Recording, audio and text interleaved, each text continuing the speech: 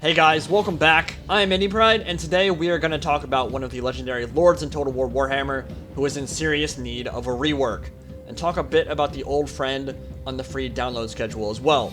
As usual, I'll be weaving in potential gameplay additions for the trilogy, with Warhammer fantasy lore thrown in there for good measure.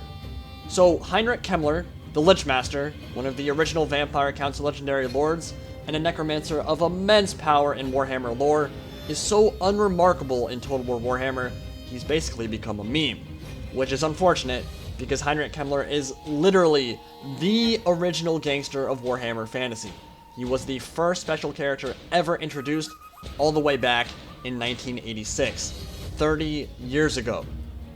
When you look at Kemmler in a vacuum, he's really not that bad. After all, he has access to the lore of vampires, hands down the best lore of magic currently in Total War Warhammer. He can summon 7 zombies in less than a minute, overwhelming infantry engagements, and stacking rear charge and fear penalties on the main line. He can heal huge swaths of his army, and he can obliterate enemy infantry with the Wind of Death. But as we know, these are all things any scrub necromancer or recently turned vampire can do in this trilogy. The Cloak of Mist and Shadows doesn't grant him flying or ethereal movement like it should. He has no mount choices, no mobility, and he is incredibly squishy with only 15 armor.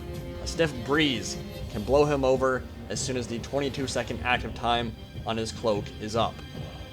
There is currently no differentiation between lore masters and neophyte practitioners, great necromancers and Hellman who?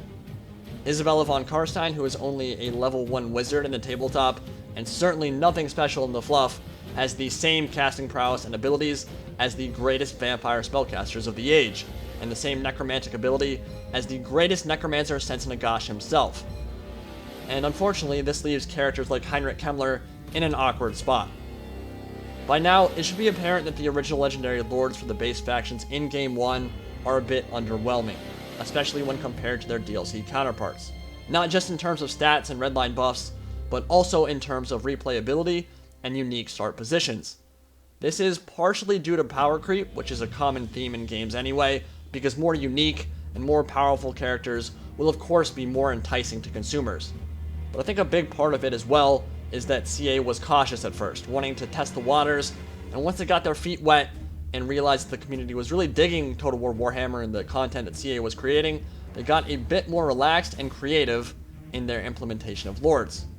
With that said, as has been discussed many times by now, there is definitely a consensus that Creative Assembly should go back and revamp many of the original characters to be more unique and more fun to play.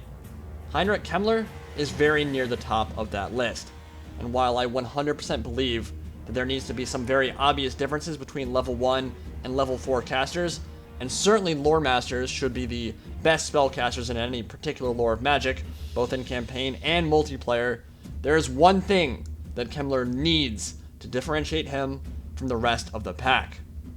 Krell, the Lord of Undeath. Now, we've been teased about this iconic character since launch. In fact, when I began recording for this video, I clicked on Kemmler, and literally the first words out of his mouth were, "Where is Krell?" Now, don't get me wrong, vampire counts have already received more love than a lot of the other races in the game, and Kemmler is one on a long list of original characters that need reworking in my opinion. But I'm talking about him right now because I think we're going to be getting his update sooner rather than later, because the CA employee explicitly said on TW forums they are going back and revisiting Kemmler and overhauling him at some point. I think that some point is going to be pretty soon. The way I see it, there are 2 clear options for who the old friend could be. The first is Boris Todbringer, Elector Count of Midland, being added to the campaign as a playable Empire subfaction. The Empire is the only base game race currently without subfactions or unique start positions. As I mentioned in a previous video, there is a ton of evidence pointing towards Boris Todbringer. The Midland Runefang is a unique quest item. He is immortal and cannot be disbanded in campaign. All of the Sigmarite units and regiments for now are missing from the Midland roster in custom battle and multiplayer because they worship Ulrich, and the background of the old friend picture is an Empire building. So whether Boris is the old friend or not, I would bet my life we get him and the Red Duke as playable subfactions at some point during this trilogy. The question is not if, but when. And the Empire is obviously going to be getting additional content going forward, They are one of the most important races in all of Warhammer Fantasy Battle. However, I think there's a reason CA didn't just name the last free release on the schedule Legendary Lord, like they have for all the other Lord releases thus far. I think it's a gameplay mechanic, and not just a character that is coming with the old friend. And that's where Krell comes in. So Krell, Lord of Undeath, is an ancient White King of incredible power. White Kings are long-dead warlords who are imbued with dark magic over the course of centuries or millennia, making them almost as powerful as vampires. Only very powerful necromancers can successfully bind one to their will, which is where Nagash and Kemmler come in. Krell was a Chaos Champion of Khorne before Sigmar entered the world, and he led a titanic war against the dwarfs of the World's Edge Mountains.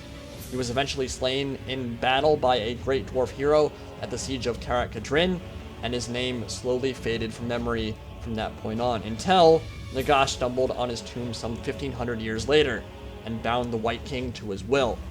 This was the time in Warhammer Fantasy history where Nagash led his great war against Sigmar, and at the Battle of the River Reich, Krell led a massive contingent of Graveguard deep into enemy lines. The great Necromancer was cut down by Sigmar in that battle, but while the rest of the army withered and fell silent, Krell and his guard fought through the Empire lines, breaking through the Allied forces and rampaging across the Old World. He was finally, after many months, cornered by Sigmar at the Battle of Glacier Lake, where his unliving body was cast down and imprisoned within a magical tomb, which of course is one of the maps we have in Total War Warhammer, and you can see Krell's tomb on that map. Centuries later, Heinrich Kemmler came along and freed the ancient champion of chaos. Kemmler believes Krell to be under his spell, but the servants of Nagash are not so easily enslaved. But Kemmler and Krell have quite the history together. They fought together extensively against the forces of Bretonnia at La Masantel Abbey. They fought against the Wood Elves during the Second Winter of Woe, where much of Athelorn was wounded deeply by Kemmler's undead forces, and they fought together against the Empire at Castle Reichsgard, where Krell dueled the infamous slayer Gotrek Garnison and almost killed him with the cursed power of his axe, nearly gifting the slayer his long sought-after doom. He wields a terrifying great axe called the Black Axe of Krell, which upon wounding an enemy leaves behind jagged shards that swiftly eat their way towards the victim's heart, and famously, he had an interesting duel with Sigvald the Magnificent in the End Times, where they were very evenly matched, and I won't spoil that storyline, but basically it involves troll penis and a whole bunch of urine, which is just how Slaanesh likes it. So basically, Kemmler and Krell are an iconic pair that have shown up together in Warhammer literature and army books spanning decades. They are OG, and there's a 0% chance CA will not add Krell in Total War Warhammer. And honestly, he fits the moniker of an old friend better than pretty much anyone in Warhammer Fantasy, with the information we have thus far. So if it's not Boris, it's Krell. And honestly, right now, I'm leaning towards Krell, Lord of Undeath. But I think we're going to find out who it is by the end of this month anyway. So, how is Krell going to be implemented? Well, I don't think he's going to be a Legendary Lord. The vampire counts are absolutely spoiled for choice at this point. The last thing they need is another Lord starting in Eastern or Western Sylvania, and giving Krell his own unique starting position, separate from Kemmler, would make absolutely no sense whatsoever. Certainly there are other vampire bloodlines I'd love to see moving forward.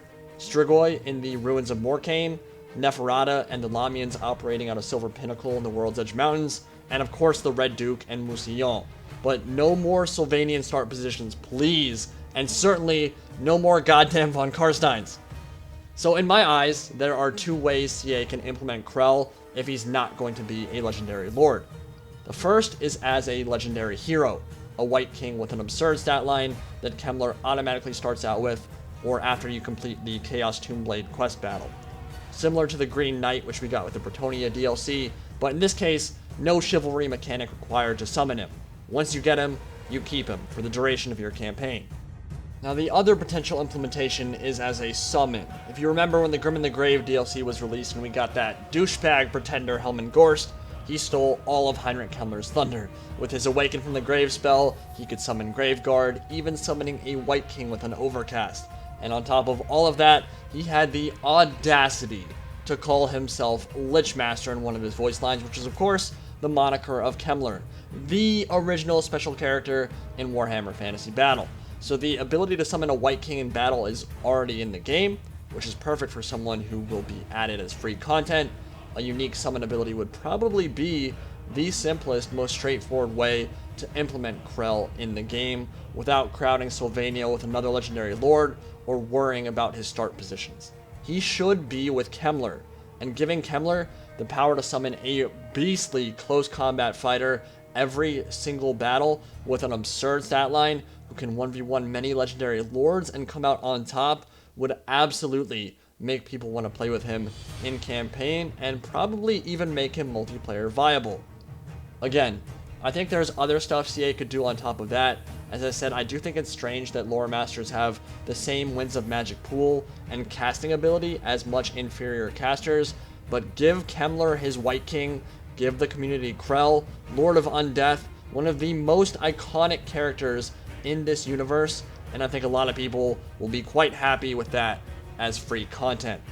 So if you don't think the old friend will be Boris or Krell, let me know who or what you think it will be, and I look forward to being proven right or wrong when the time comes. I'm imagining that we might get a idea of who it will be on March 31st, but I'm more hoping that CA announces Game 2 when the end of the month rolls around. We'll see soon enough. Hope you all enjoyed. Leave your thoughts in the comment section below, and I'll talk to you all next time. Indie Pride, signing out for now.